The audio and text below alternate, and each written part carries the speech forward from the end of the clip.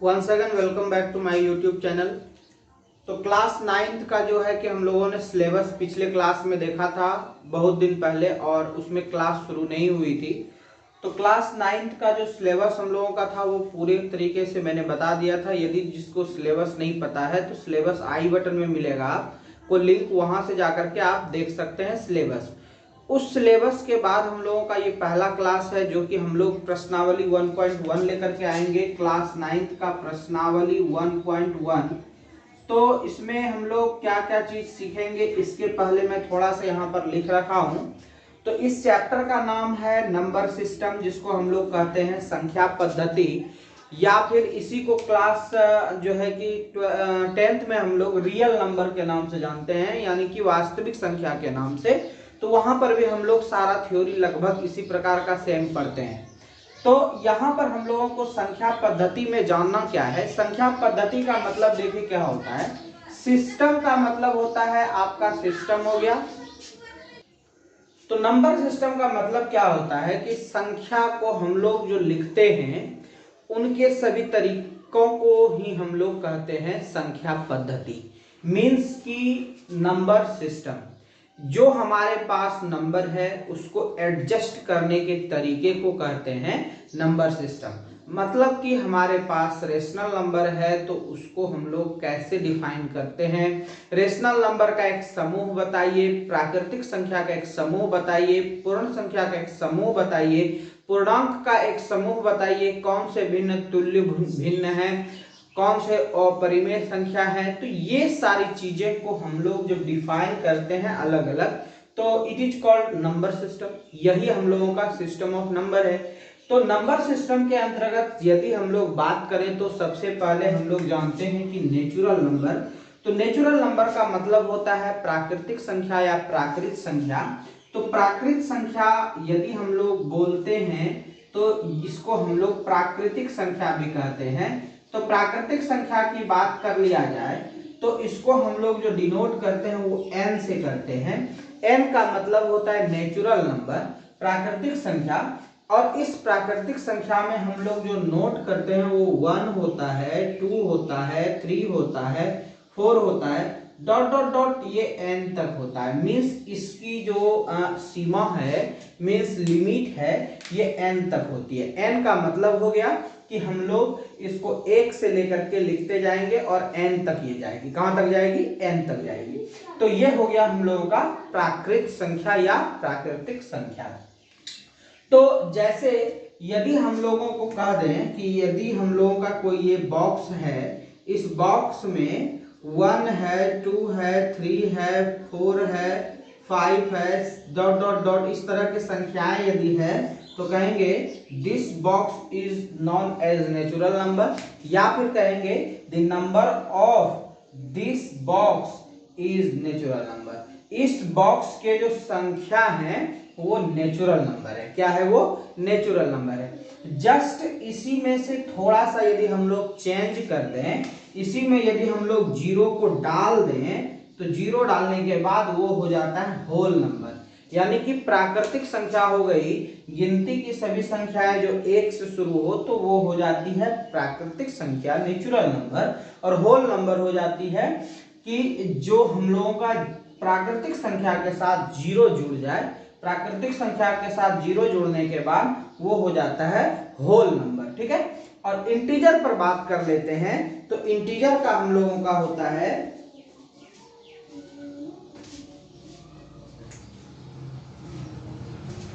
Integer का मतलब हम लोगों का हो गया कि पूर्णांक। इसमें हम लोगों का कुछ ऋणात्मक संख्याएं भी आती है और धनात्मक संख्याएं भी आती है। तो संख्या रेखा को थोड़ा सा हम लोग जान जाते हैं। देखिए लाइन सेगमेंट जो होती है इसमें हम लोग बचपन में ही पढ़े हैं, 4 क्लास 5 क्लास से ही हम लोगों को सिखाई जाती है कि प्राकृतिक संख्या इसमें कौन कौन सी होती है। जैसे देखिए हम लोग एक मिडिल पॉइंट इसका शून्य रखे, 1 रखे, 2 रखे, 3 रखे, इस तरह से हम लोग राइट साइड की तरफ जाएं तो यहां पर आपको धनात्मक मिलता है। क्या मिलता है? धनात्मक। इसको हम लोग कहते हैं पॉजिटिव। तो इसको हम लोग पॉजिटिव इंटीजर भी कहते हैं। ठीक है। तो वो अभी हम लोग इंटीजर जस्ट इसके आगे बात करेंगे इंटीजर क्या है, ये कहाँ से जर्मन शब्द है, तो ये इसका जो है कि पूरा डिटेल बताएंगे आपको। इसी में से एक शून्य यहाँ पर आपको दिखता है 0, और उसके बाद आपको यहाँ पर निगेटिव दिखेगा -1 -2 -3 डॉट डॉट डॉट, ये भी आपका माइनस में निगेटिव तक जाए, मतलब लास्ट तक जाएगी, तो ये कहलाएगा आपका ऋणात्मक। ठीक है, तो ये धनात्मक और ऋणात्मक जो हम लोगों का हो जाएगा, तो धनात्मक निगेटिव ये हो गया, तो ये मिला करके सब कुछ यहाँ पर देखिए आपका ये मिल गया आपको क्या, नेचुरल नंबर। क्या मिल गया, नेचुरल नंबर। यहां से यदि शून्य से बात करें तो अभी हम लोगों ने जाना है इसको होल नंबर। क्या जाना है, होल नंबर। तो नेचुरल नंबर और होल नंबर, ये दो चीज तो आपको पूर्णांक के अंतर्गत मिलेगा ही। ये हो गया इंटीजर। तो यहां पर हम लोग अभी इंटीजर को माइनस वाले को छोड़ दीजिए, तो यहां पर धनात्मक यानी पॉजिटिव में आए तो 1 से लेकर के अनंत तक जो जाएगी गिनती हुई, ये वाला कहलाएगी प्राकृत संख्या। इसी में शून्य लगा देंगे तो वो कहलाएगा पूर्ण संख्या। और इसके निगेटिव यानी कि इसके लेफ्ट हैंड साइड में जो निगेटिव है, इन सभी के समुच्चय को, अब हम लोग समुच्चय की बात कर रहे हैं यानी कि लिखने के तरीके को, तो देखिए डॉट डॉट डॉट ये निगेटिव साइड है, -3 -2 -1 0 1 2 3 डॉट डॉट डॉट ये n तक, ये पूरा जो समुच्चय आपका निकल के आता है, इसी को हम लोग कहते हैं इंटीजर। और इंटीजर का मतलब होता है आपका पूर्णांक होता है। क्या होता है, ये पूर्णांक होता है। तो इंटीजर में हम लोगों का जो है इसको डिनोट जो करते हैं वो z से डिनोट करते हैं। किससे करते हैं, z से। यानी कि यदि हम लोग इसका परिभाषा बताएं तो कहेंगे प्राकृतिक संख्या और शून्य और ऋणात्मक संख्या के समूह को इंटीजर कहते हैं, पूर्णांक कहते हैं। और अब पूर्णांक की बात करें तो यह एक जर्मन शब्द है। कौन सा शब्द है, जर्मन शब्द है। और इसे जेहलीन कहा जाता है। क्या कहा जाता है, जेहलीन। तो ये जेहलीन से जो है कि जेहलीन जो बना है वो जहल शब्द से बना है। जहल शब्द से जो बना है, इसका अर्थ होता है संख्या। क्या होता है, संख्या। याद रखिएगा, ये जो पूर्णांक है हम लोगों का, पूर्णांक बना है हम लोगों का जेहलीन शब्द से, जो कि जहल संख्या से बना है। जहल जो कहते हैं वह उसका हिंदी होता है संख्या होता है। क्या होता है, संख्या। तो अभी हम लोगों ने देखा तीन चीजें, जो प्राकृतिक संख्या है 1 से लेकर अनंत तक, और गिनती की संख्या को प्राकृतिक संख्या कहते हैं। Countable number is known as natural number. तो मैंने जितना चीज बोला उसको आप वीडियो पॉज करके क्या कर सकते हैं, नोट डाउन कर सकते हैं। उसके बाद होल नंबर, तो whole number the set of natural number and 0 is called whole number. यानी कि प्राकृतिक संख्या में शून्य को लगाने से बने समूह को हम लोग कहते हैं आपका जो है पूर्ण संख्या। और यदि हम लोग बात कर लें इंटीजर पर, पूर्णांक पर, तो पूर्णांक कहलाती है आपका प्राकृतिक संख्या और ऋणात्मक संख्या और शून्य, ये सभी मिलाकर के बनाती है इंटीजर। इंटीजर को z से सूचित किया जाता है। ये इंटीजर जो बना है वो जर्मन शब्द जेहलीन से बना है, और इसे जेहलीन शब्द जहल से बना है, ZAHL, और ये इसका हिंदी मीनिंग होता है संख्या, मीन्स नंबर। तो इस प्रकार से कुल मिलाकर के हम लोगों ने प्राकृत, पूर्ण और पूर्णांक को देखा। चलिए अब हम लोग चलते हैं भिन्न की ओर। तो भिन्न को ही हम लोग परिमेय संख्या कहते हैं। तो चलिए हम लोग थोड़ा सा भिन्न पर बात कर लेते हैं। तो भिन्न देखिए क्या होता है, फ्रैक्शन जिसको हम लोग कहते हैं इंग्लिश में। तो इसमें आप लोगों का दो चीजें होती है, एक अंश होती है और एक हर होती है। अंश को हम लोग सपोज कर लें कि p का रूप दे दें और हर को q का रूप दे दें, लेकिन एक बात और यहाँ पर ध्यान रखना है कि q का मान कभी भी 0 नहीं होना चाहिए। ठीक है, बस इसी को हम लोग कहते हैं परिमेय। ये हमने शॉर्ट में लिखा, इसी को हम लोग भाषा में लिखेंगे तो कोई दिक्कत नहीं। तो लिखेंगे परिमेय संख्या अंश और अंश बटे हर का एक रूप है जहां पर हर का मान कभी भी शून्य नहीं हो और P और Q जो है, P और Q जो है ये पूर्णांक हो सकता है। तो पूर्णांक में मैंने आपको दो चीजें बता दिया। क्या क्या बताया? पॉजिटिव, क्या बताया? पॉजिटिव और निगेटिव, और शून्य भी इसमें हो सकता है। पॉजिटिव निगेटिव कभी शून्य नहीं हो, शून्य जो है ना पॉजिटिव है ना निगेटिव है, ये बीच में है, तो ये तीनों हो सकता है, लेकिन Q कभी भी नहीं होगा। ठीक है, Q 0 नहीं होगा। सब बातें यहाँ पर लिख दिया है, तो नोट करो। यानी कि भिन्न जो है हम लोग किसको कह सकते हैं कि अंश बटे हर को भिन्न कहते हैं। तो अंश बटे हर को रूप जो दिए हम लोग वो इस प्रकार से है, P बाय Q का रूप है। अब P बाय Q का जब रूप हम लोगों ने दिया तो इसमें Q का वैल्यू जो है ना, Q का जो वैल्यू आपको दिख रहा है ये कभी भी Q का मान 0 नहीं होना चाहिए। Q का मान क्या है? 0 नहीं होना चाहिए। तो वही बातें यहाँ पर हमने लिख दिया है कि Q डजंट इक्वल टू 0। इसी को हम लोग कहते हैं परिमेय संख्या। क्या कहते हैं? परिमेय संख्या। अब परिमेय संख्या में हम लोगों का ये जो है पूर्णांक, तो ये पूर्णांक क्या है? P Q पूर्णांक होनी चाहिए। पूर्णांक में आपका प्लस भी होगा माइनस भी होगा। आइए हम लोग कुछ एग्जांपल ले लेते हैं।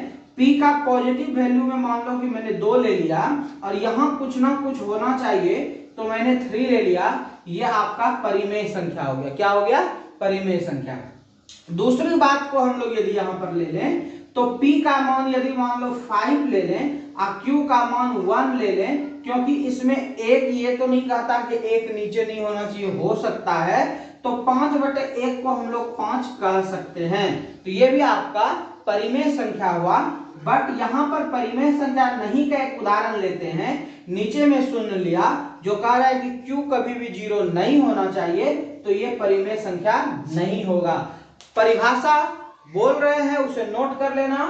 परिमेय संख्या एक भिन्न का रूप होता है या जिसे P बाय Q के रूप में लिख सकें। तो P क्या है? कुछ नहीं है, इसलिए जिसे अंश बटे हर के रूप में लिख सकें और हर का मान शून्य ना हो और जहां अंश और हर एक पूर्णांक हो। समझ में आ गया बात? फिर से देख लो, परिमेय संख्या किसे कहते हैं? तो लिखेंगे आंसर, वैसा रूप जो अंश बटे हर के रूप में हो, कोमा लगा देना, हर का मान शून्य नहीं हो और अंश और हर पूर्णांक हो। पूर्णांक में पॉजिटिव निगेटिव दोनों आ सकता है। जैसे कि हम लोग ने यहाँ पर लिखा -2, तो यहाँ नीचे -3 भी, तो दोनों तरफ माइनस रहने के बाद कट जाएगा तो 2/3, लेकिन हम लोग -2/3 भी ले सकते हैं, -4/5 भी ले सकते हैं और 0.25 भी ले सकते हैं। आप कहिएगा कि ये क्यों ले लिए? तो 0.25 यदि हम लोगों ने लिखा तो आप इसको डेसिमल को उड़ाइए, नीचे 1 के बाद 1 0 आएगा क्योंकि 1 डिजिट है। तो 25/10, 5 से इसे कटा दो, 5 2 जा 10 और 5 5 जा 25, तो 5/2 ये हम लोगों का जो हो गया, ये भी आपका क्या हो गया? परिमेय संख्या हो गया, भिन्न हो गया। समझ में सबको आ गई? चलिए अब बढ़ते हैं हम लोग आगे इसमें समतुल्य भिन्न को लेकर के। तो समतुल्य भिन्न देखिए क्या होता है, इसको भी हम लोग अच्छे से समझ लेते हैं। समतुल्य भिन्न देखिए क्या होता है।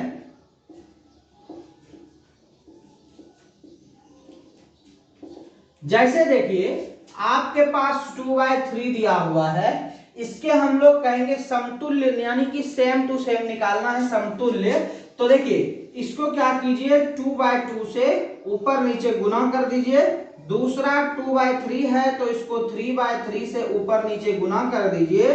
इसको 2/3 है तो इसको 4/4 से गुना कर दीजिए और 2/3 है तो इसको 5/5 से मल्टीप्लाई कर दीजिए। जो रिजल्ट आएगा 4/6, यहाँ 6/9, यहाँ 8/12 और यहाँ आपका 10/15। ये जो सभी भिन्न आपका हुआ, ये 2/3 का क्या हो गया, समतुल्य भिन्न। तो समतुल्य भिन्न हम लोग कैसे निकालते हैं, समझ में आपको आ गए। इसी को दूसरे तरीके से हम लोग समतुल्य भिन्न निकालते हैं, है क्या हमारे पास 2/3। चलिए हम लोग मान लो कि दूसरा एग्जांपल कहेंगे कि 2.5 का 4 समतुल्य भिन्न निकालिए। तो 2/5 है, तो इसको हम लोग देखिए क्या करेंगे, 2.5 को मल्टीप्लाई कर दो 2 से, 2.5 को मल्टीप्लाई कर दो 3 से, 2.5 को मल्टीप्लाई कर दो 4 से, और 2.5 को मल्टीप्लाई कर दो 5 से। 4 को तो हमारे पास हो गया। अब इसको हम लोग क्या कर सकते हैं, ध्यान से देखो। तो ये जो 2 किए, तो 2 ऊपर में नहीं करना है, इसको 2/2 से कर दो। कितना से कर दो, 2/2 से। इसको 3/3 से, इसको 4/4 से। सबको, क्योंकि हम लोगों ने वहां भी किया था, जितना ऊपर किए थे उतना ही नीचे किए थे। तो ये हो जाएगा 2/2 से। क्योंकि 2/2 से क्यों करते हैं, क्योंकि देखिए 2 कट जाएगा, सेम वैल्यू रहेगा, 1 हो जाएगा, और 1 को गुना करने से कोई अंतर नहीं होता। ये हो जाएगा 3/3, ये हो जाएगा 4/4, ये हो जाएगा 5/5। अब कहोगे कि इसको मल्टीप्लाई करना सर थोड़ा सा कठिन टाइप का लग रहा है, तो फिर इसको उसी तरह से कर लो।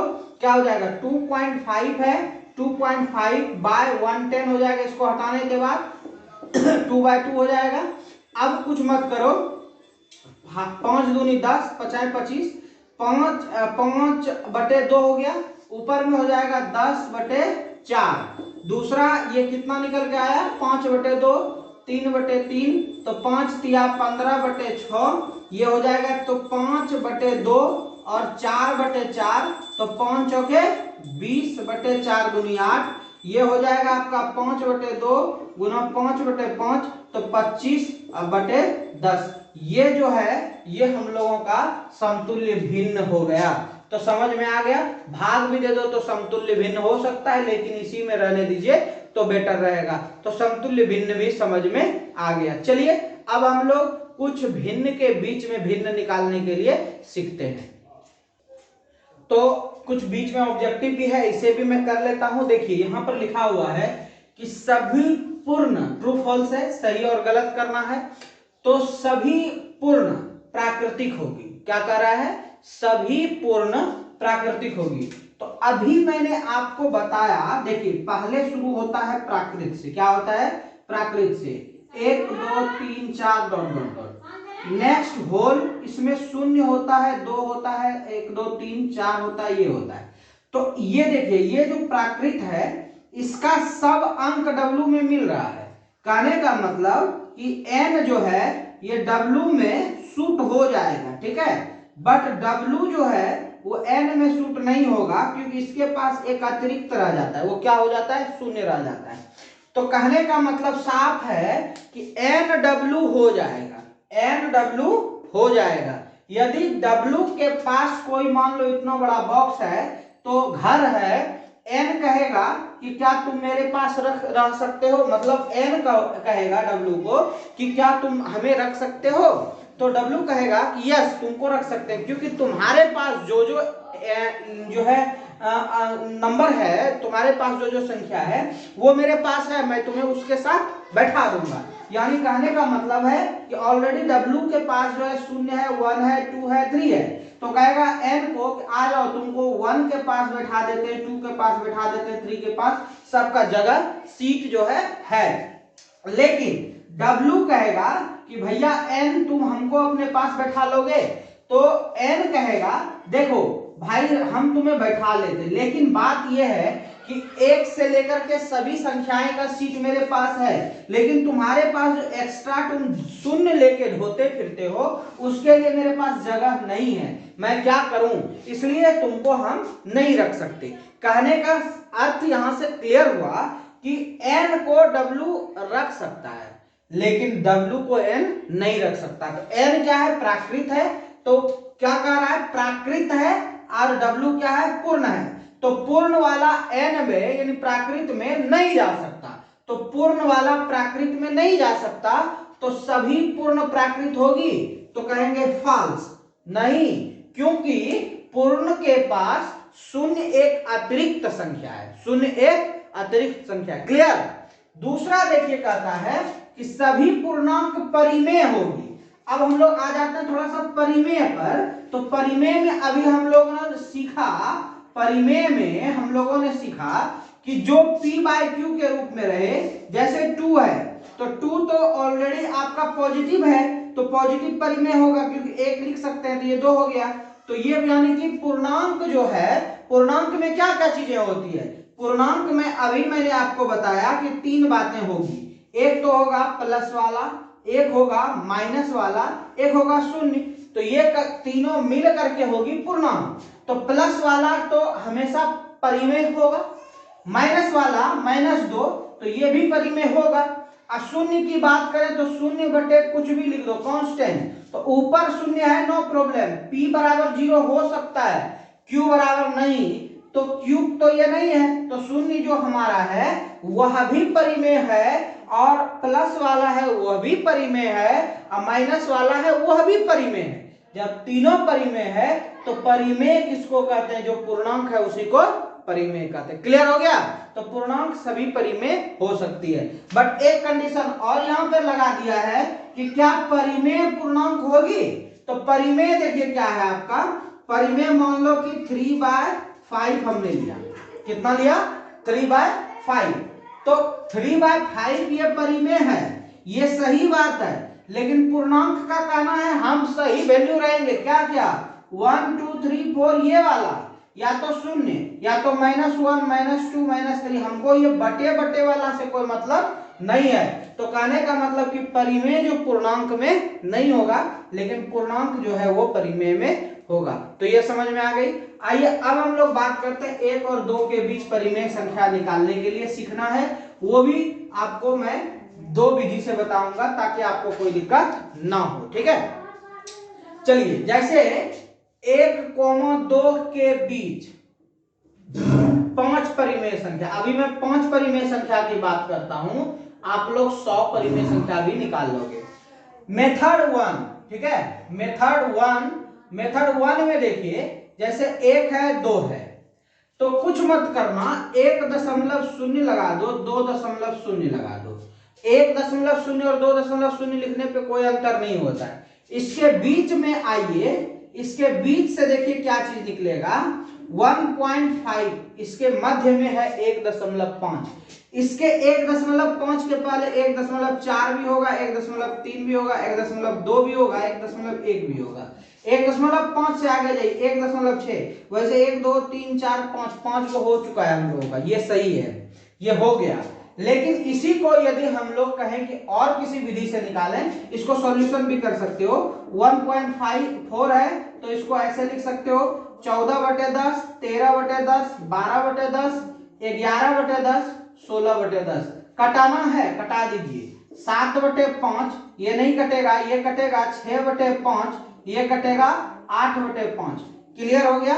7/5, 6/5, 8/5, 11/10 और 13/10, ये आपका क्लियर हो गया। लेकिन हम लोग इसको और भी तरीके से सीखना चाहते हैं। चलिए दूसरा तरीका हम आपको बताते हैं। दूसरा देखिए 1 है 2 है, इसको मान लीजिए कि ये हमारे पास कोई संख्या है, इस दोनों को जोड़ दीजिए और इसको 2 से भाग दे दीजिए, कितना आएगा 3/2, 1 हो गया। अब इस दोनों को एक साथ जोड़िए, इस दोनों को, एक और इतना को, ठीक है, एक निकल गया, एक निकल गया। दूसरा निकालते हैं, 1 जोड़ 3/2, ये स्टार्टिंग पॉइंट है और ये लास्ट पॉइंट है, इस दोनों को जोड़ के 2 से भाग दीजिए, एलसीएम लो। तो देखिए 2 एकम 2 प्लस 3/2 और बटे 2 फिर से कितना हो गया 5/2, और फिर गुना 2 हो जाएगा क्योंकि एक ऊपर जाएगा, 5/4 कितना हो गया 5/4, ये भी इसी के अंतर्गत आएगा। फिर इसको और इसको जोड़िए या इसी दोनों को जोड़ सकते हैं, कोई दिक्कत नहीं। 3/2 जोड़ 5/2, किसी को भी स्टार्टिंग कर सकते हो, लेकिन 1 और 2 के वो बीच में हो, 1 और 2 के 3 को नहीं जोड़ सकते इसमें, ठीक है। 3 को जोड़ेंगे उस कंडीशन में जब कहेगा 2 और 3 से निकालना है या 1 और 3 से निकालना है। इस दोनों को जोड़िए, एलसीएम सेम है 2 हो जाएगा और 3 5 8 हो जाएगा, क्योंकि जब एलसीएम सेम रहता है ऊपर वाले को सॉरी 5/4 है ये। ओके, ये हो जाएगा 4, फिर 2 दूनी 4, 3 दूनी 6 प्लस 4 एकम 4 5, 11/4, ये भी इसी के अंदर आएगा। अब कहेंगे कि सर ये 11/4 है, इसके अंदर कैसे होगा? तो 4 11 है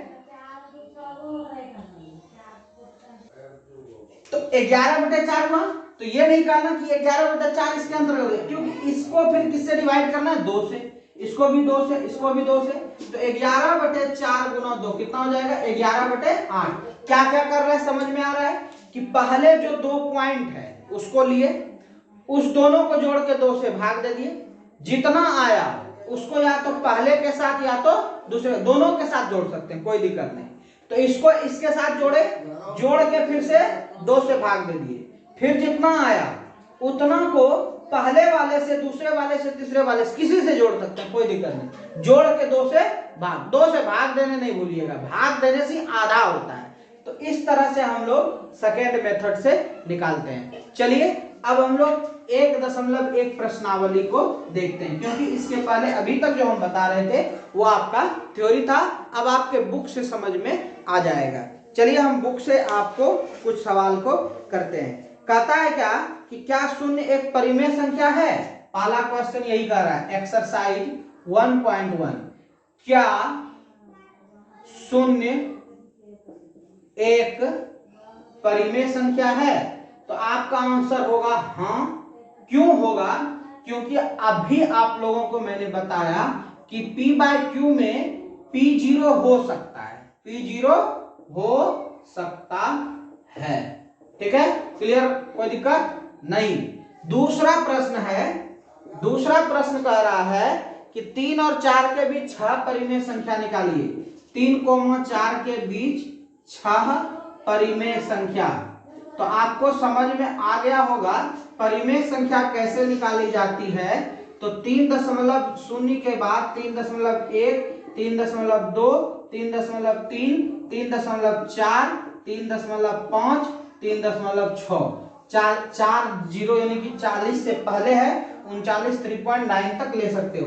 दूसरा मेथड भी बता दिए, 3 और 4 को जोड़िए, 3 और 4 को जोड़िए 7 होगा, 7/2 ये हो जाएगा पहला।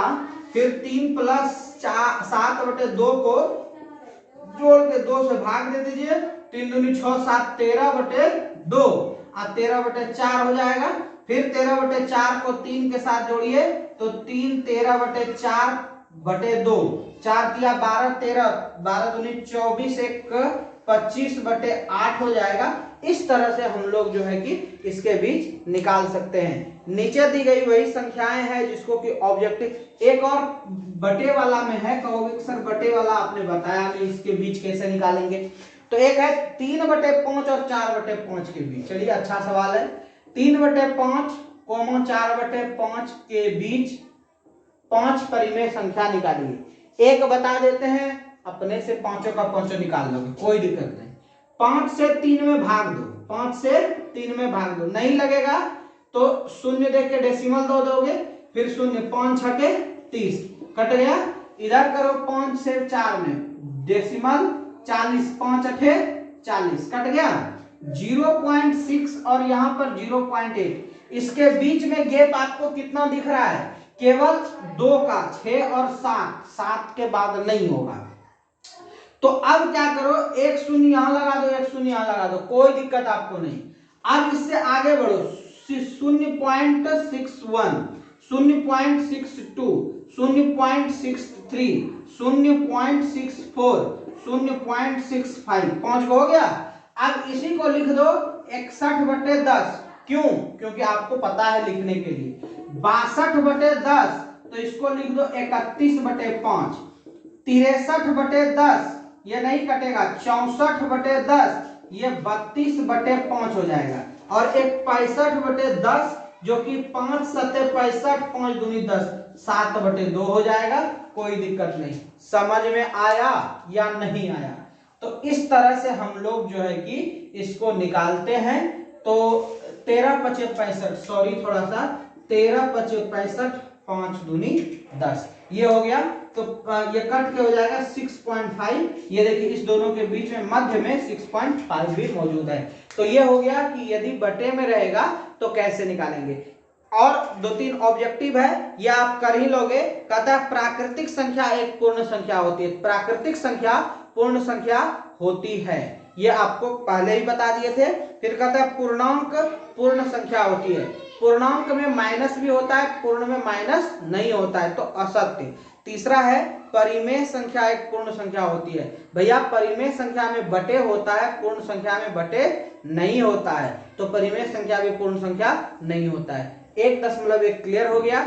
यदि आपको 1.1 प्रश्नावली में कोई भी प्रॉब्लम है तो आप कमेंट कर सकते हैं। लेकिन यदि हाँ वीडियो अच्छा लगा तो अपने फ्रेंड सर्किल में जरूर शेयर कीजिए, किसी ग्रुप में शेयर कीजिए, व्हाट्सएप पे, इंस्टाग्राम पे, फेसबुक पे, कहीं भी आप शेयर करके बच्चे को अच्छी शिक्षा दे सकते हैं। चलिए मिलते हैं अगले वीडियो में, बाय बाय।